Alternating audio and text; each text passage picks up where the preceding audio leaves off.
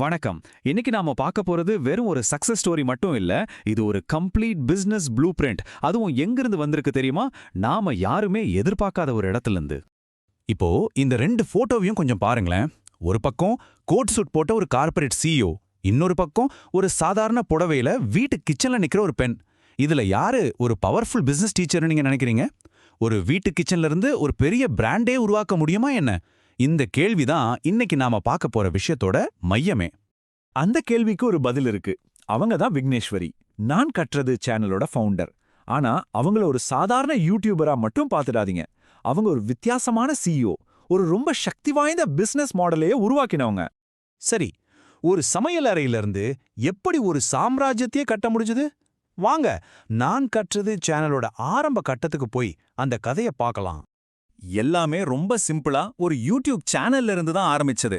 விக்னேஸ்வரி தனக்கு தெரிஞ்ச பாரம்பரிய சமையல எந்த ஒரு பந்தாவும் இல்லாம ரொம்ப இயல்பா ஒரு உண்மையான ஆர்வத்தோட மத்தவங்களுக்கு சொல்லிக் கொடுக்க ஆரம்பிச்சாங்க. அவங்களோட அந்த நேர்மையான பேச்சு, அந்த அணுகுமுறை பார்க்கறவங்கள ரொம்பவே ஈர்த்துச்சு. வெறும் வியூவர்ஸா இருந்தவங்க, வெறும் ஃபாலோவர்ஸா இருந்தவங்க மெதுவா ஒருத்தருக்கு ஒருத்தர் கனெக்ட் ஆகி ஒரு விசுவாசமான சமூகமா, ஒரு கம்யூனிட்டியா மாறினாங்க. அந்த கம்யூனிட்டிக்குள்ள உருவான அந்த நம்பிக்கை இருக்கே, அதுதான் அவங்க பிசினஸோட அஸ்திவாரமா மாறுச்சு. அவங்க வீட்ல செஞ்ச மசாலா பொடி, நெய்யின்னு பொருட்களை விற்க ஆரம்பிச்சப்போ அந்த கம்யூனிட்டி மொத்தமா நின்னு அவங்களுக்கு சப்போர்ட் பண்ணுச்சு. இந்த வெற்றிக்கு பின்னாடி ஏதோ மேஜிக் எல்லாம் இல்ல. அதுக்கு ஒரு தெளிவான பிசினஸ் ப்ளூ பிரிண்ட் இருக்கு. அதுக்கு பேரு தான் கற்றது. சரி, அந்த சக்சஸ் ஃபார்முலாவுக்குள்ள என்ன இருக்குன்னு ஒன்னொன்னா பார்க்கலாமா? இந்த முழு பிசினஸோட இதயமே இந்த கற்றது ஃப்ரேம் ஒர்க் தான். நம்பகத்தன்மை, நம்பிக்கை, அப்புறம் பயன்பாடு, இதையெல்லாம் அடிப்படையா வச்ச ஒரு 8 பாயிண்ட் பிசினஸ் மாடல் இது. இது எப்படி ஒரு கம்யூனிட்டியை ஒரு பிசினஸா மாத்துதுன்னு பார்க்கலாம். ஓகே, கற்றது ஃப்ரேம்வொர்க்கோட முதல் எழுத்து கே.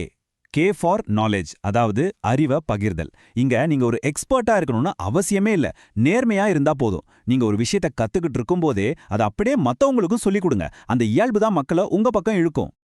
அடுத்தது ஏ. ஏ ஃபார் ஆத்தென்டிசிட்டி, அதாவது உண்மைத்தன்மை. மத்தவங்கெல்லாம் பெரிய பெரிய ஸ்டூடியோ, லைட்டிங்னு தேடிட்டு இருந்தப்போ விக்னேஸ்வரி அவங்க கிச்சனையே ஸ்டூடியோவா மாத்திக்கிட்டாங்க. எந்த ஒரு ஆடம்பரமும் இல்ல, அலட்டலும் இல்ல. அந்த எளிமை தான் அவங்களோட பிராண்டோட மிகப்பெரிய பலமா மாறுச்சு. மூணாவது டி. டி ஃபார் ட்ரஸ்ட், நம்பிக்கை. இது ரொம்ப ரொம்ப முக்கியமான பாயிண்ட். ஒரு பொருளை விற்கிறதுக்கு முன்னாடி நீங்க நம்பிக்கையை விற்கணும். விக்னேஸ்வரி செஞ்சதும் அதான். முதல்ல அவங்க ஆடியன்ஸ்க்கு ஹெல்ப் பண்ணாங்க, சொல்லிக் கொடுத்தாங்க. அதுல கிடைச்ச நம்பிக்கையை வச்சுதான் அவங்களோட பிசினஸையே கட்டினாங்க. நாலாவது ஆர். ஆர் ஃபார் ரிலேட்டபிலிட்டி, அதாவது நம்மள மாதிரி ஒருத்தங்கிற உணர்வு. மக்கள் எப்பவுமே பெர்ஃபெக்ட்டா இருக்கிறவங்கள ஃபாலோ பண்றதில்ல, தங்கள மாதிரியே இருக்கிறவங்கள தான் ஃபாலோ பண்ணுவாங்க. விக்னேஸ்வரியோட வீடியோக்கள்ல பார்க்கறவங்க அவங்களோட வாழ்க்கைய, அவங்களோட பிரச்சனைகளை பார்த்தாங்க. அடுத்து இன்னொரு ஏ. இது ஆடியன்ஸ் ஃபர்ஸ்ட், அதாவது எப்பவுமே பார்வையாளர்களுக்கு தான் முதலிடம். யூடியூப் அல்காரிதத்தை துரத்திட்டு ஓடாம மக்களுக்கு உண்மையா எப்படி உதவலான்னு மட்டும் யோசிச்சா போதும்.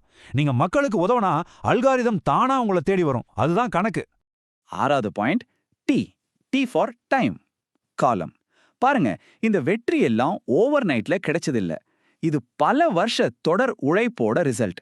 ஒரு லெகசியை உருவாக்க டைம் எடுக்கும். இன்னைக்கு அவங்க அடுத்த ஜெனரேஷன் தொழில் முனைவோருக்கே ஒரு இன்ஸ்பிரேஷனா இருக்காங்க. ஏழாவது ஹெச். ஹெச் ஃபார் ஹேபிட், பழக்கம். மோட்டிவேஷனை நம்பி இருக்கிறத விட டிசிப்ளின் ரொம்ப முக்கியம். இன்னைக்கு மூடு இல்லைன்னு வேலையை தள்ளி போடாம தினமும் அதே திரும்ப திரும்ப செய்யறது தான் ஒரு பிசினஸோட எதிர்காலத்தையே முடிவு பண்ணும். உங்களோட டெய்லி ஹேபிட் தான் உங்க சக்சஸ். கடைசியா எட்டாவது point you. You for utility, அதாவது பயன்பாடு. மக்களோட சின்ன சின்ன பிரச்சனைகளுக்கு ஒரு தீர்வு கொடுங்க. அது வீட்டு குறிப்பா இருக்கலாம், இல்ல பிசினஸ் அட்வைஸா இருக்கலாம். நீங்க மத்தவங்களுக்கு யூஸ்ஃபுல்லா இருந்தா பணம் தானா உங்களை தேடி வரும். Simple logic. முதல்ல உதவுங்க, அப்புறம் சம்பாதிங்க. சரி, இந்த கற்றது ஃப்ரேம் ஒர்க் வெறும் தியரி மட்டும் இல்ல. இதனால உருவான அந்த நம்பிக்கைய, அந்த லெகசிய, அதோட நிஜமான ரிசல்ட்ஸை இப்ப பார்க்கலாம் வாங்க. இங்க பாருங்க, ஒரு கஸ்டமர் என்ன சொல்லிருக்காங்கன்னு. நான் கற்றது பிரியாணி மசாலா ஒருபோதும் ஏமாத்ததில்லை. இது மாதிரி கமெண்ட்ஸ் தான் அந்த ஃப்ரேம் ஒர்க்கோட வெற்றிக்கு உண்மையான சாட்சி. நாம பேசின அந்த நம்பிக்கை எப்படி ஒரு பிராண்ட் லாயல்ட்டியா மாறுதுங்கிறதுக்கு இது ஒரு பெஸ்ட் எக்ஸாம்பிள். மக்களோட அங்கீகாரம் ஒரு பக்கம்னா, இன்னொரு பக்கம் இத்தனை விருதுகள் பாருங்க. தங்கப்பெண்ணே அவார்ட்ல இருந்து சேவை நாயகி விருது வரைக்கும். இதெல்லாம் வெறும் ஷோகேஸ்ல வைக்கிற பொருள்கள் இல்ல, அவங்களோட உழைப்புக்கும் அவங்க ஏற்படுத்தின தாக்கத்துக்கும் கிடைச்ச உறுதியான ஆதாரங்கள். ஆனா இதெல்லாம் விட ஒரு பெரிய வெற்றி இருக்கு. விக்னேஸ்வரியோட உண்மையான சக்சஸ் அவங்க பிராண்டோ, அவங்க வாங்கின விருதுகளோ இல்ல. அது என்ன தெரியுமா? அவங்க பொண்ணுங்களும் இப்போ அடுத்த ஜெனரேஷன் ஆண்டர்பிரினரா உருவாக்கிட்டு இருக்காங்க. இதை விட ஒரு பெரிய லெகசியை யாராவது விட்டுட்டு போக முடியுமா? ஓகே, விக்னேஸ்வரியோட கதை நமக்கு ஒரு பெரிய பாடத்தை சொல்லி கொடுத்துருக்கு. இப்போ இந்த கேள்வி உங்களுக்கு தான். உங்களோட கதை என்ன? ஒன்னு மட்டும் நல்லா ஞாபகம் வச்சுக்கோங்க, நாம பார்த்தது வெறும் ஒரு சக்சஸ் ஸ்டோரி இல்ல, இது ஒரு பிசினஸ் பேட்டர்ன். இங்க ஹீரோ திறமை மட்டும் கிடையாது, உண்மையான ஹீரோ நேர்மைதான். சரி, இப்போ உங்க முன்னாடி ஒரு நேரடியான சவால். எந்த ரிட்டர்ன்ஸையும் எதிர்பார்க்காம அடுத்த 2 வருஷத்துக்கு மத்தவங்களுக்கு உதவ நீங்க ரெடியா? நம்பிக்கைய மட்டுமே மூலதனமா வச்சு ஒரு பிசினஸ உருவாக்க தேவையான அந்த அர்ப்பணிப்பு உங்ககிட்ட இருக்கா?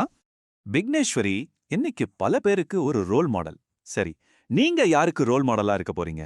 நீங்க கொடுக்க போற பதில்ல தான் நீங்க உருவாக்க போற பாரம்பரியம். வணக்கம்.